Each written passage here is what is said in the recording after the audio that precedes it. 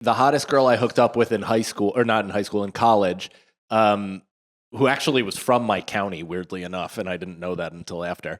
But I just had gotten my wisdom teeth out. I don't even know if the stitches had dissolved yet. Yeah. So I was on some Vicodin, and we were back at my apartment, and I thought we were like going crazy. Like I was like, this is lasting forever. This is insane. And I looked down, and I hadn't been inside of her the entire time. Like I was literally not even remotely hard. It was as if my dick was just like not even attached to my body, just laying on it like a beach. You were like, did you come? Yeah, and she was just like, she was like rubbing on my balls, I guess, and thought it was a dick. I don't know, but it was going forever. Were you drinking? Yeah, I was on Vicodin drinking. She was drinking. It was like, but I just remember looking down and just being like, that's not even a dick. Sometimes you say stuff to me and it so illuminates how different of lives we have. Like, first of all, from my county is crazy to me. What do you mean? The county of Seattle's in King County. That's like 5 million people from my county. Fair enough. Yeah. Like, yeah, of course I wouldn't know her. Yeah. And then on top of that, it's like, you know, you party like a redneck. Well, yes. But also the weird thing is you're like the first person to tell me why I'm weird. Like, or you're why. Not weird. But you're just like pointing this shit out. I would never know that, like, oh, from my county. Like, I just say that and I'm like, everybody's got counties and everybody lives the exact same way. But I think you're the first person in my life that's honest. Because you're the only one who's like, dude, this is why you're that. And I'm like, oh, yeah, that makes sense. But I just thought I've reacted poorly to normal. Well, I hope it never comes off. I always mean it in like a sweet way. I take it that way. I'm learning about myself watching you learn about me. Well, whoa. Wait, so can I also ask about that hookup? So you just got your wisdom teeth out, so were you fully puffy, bruised face as well? I think it was like, it was when it was mostly, I mean, I was puffy faced anyway because I was such a booze bag. Yeah. So I don't know if it was much of a difference, but I remember it being like, yeah, it was like the third day. You looked like E from Entourage now. And I also, this is what a fucking asshole I was. I mean, I got all 4 out at one time. Yeah. And then the next day I drove back to Geneseo. So I got it in Rockland. And then with my buddy John Studd, we drove in his Jeep all the way up to Geneseo. And I was smoking blunts while swishing Gatorade just so I wouldn't get dry socket. Dude, I don't know what I did exactly, but I got mine out. And then like, I think like 2 or 3 days later, I went out to party and my shit got so infected that both of my cheeks swelled up like chipmunks, but they were like hard. Oh. It felt like I had like half a softball in either cheek. Oh my God. And I looked absolutely insane. And I think I had How'd they right the ship? Antibiotics. That's fucked up. But it was like, it's so funny. That's another thing about being like 20 and having like a substance abuse problem is like, you're like, doctor's like, okay, so you can't drink for 10 days. And you're like, wait a second. Like, are you okay? Sure. All right.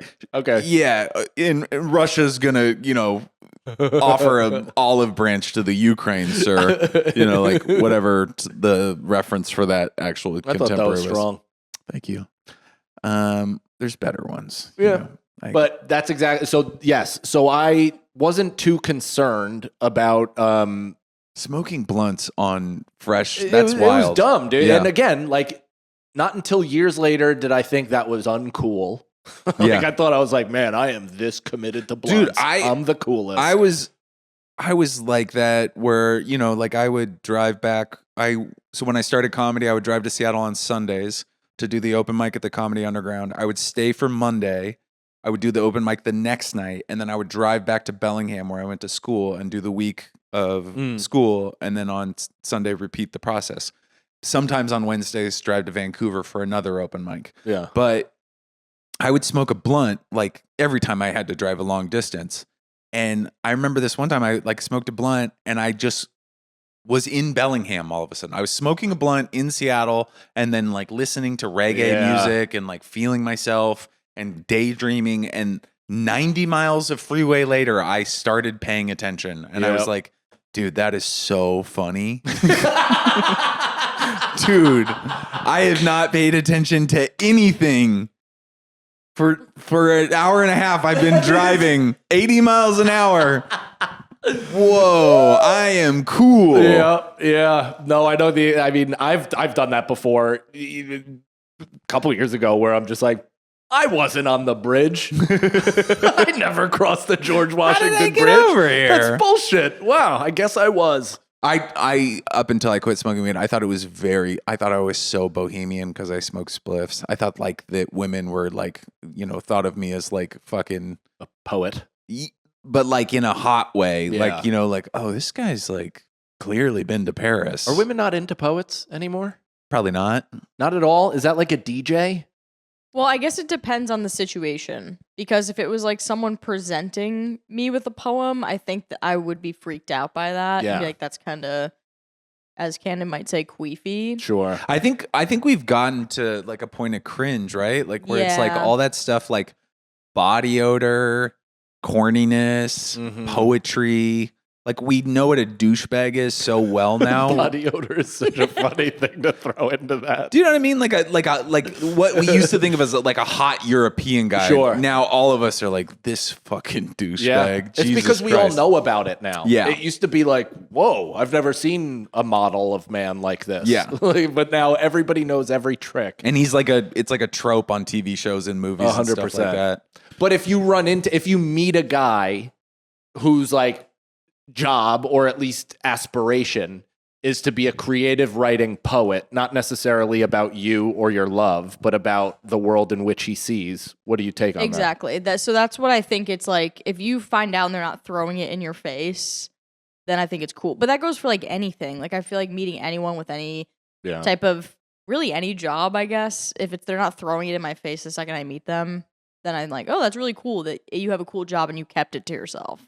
Yeah, there's a guy that I follow that does like a little bit of comedy, but his main job is poetry. Mm-hmm. And I'm like, that is cool. Yeah. Like Kanye West? Yeah. I say it like that. His main job's poetry. It's now he's dabbling in Third Reich comedy. It's the Locks. I follow the whole Locks. I call them one guy. No, but and then like like that guy James Donald, the Australian comic that opens up for McCann. He's always posting like, I think he's like a genuinely like that's did cool. poetry, and I'm always like, that's kind of cool. Like I like that somebody has that. Poetry used to be a big deal. Jesse Pop had this great joke about how poets used to like Jesse Pop. He was a comic in New York for a long time. Okay. I think he's in Michigan now, but he had a joke about like how poets used to like, people used to pay poets to be around. Right. Like, you would get like a patron, and they'd be like, just sit in our study and write like Bone Moths. I mean, that's why comics shouldn't get too used to this golden era. No, yeah. It happened to poetry. The arenas are going to get smaller.